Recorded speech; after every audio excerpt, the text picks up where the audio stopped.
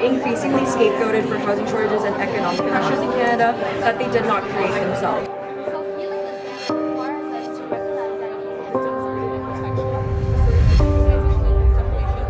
It's very easy to ignore the suffering of Black people.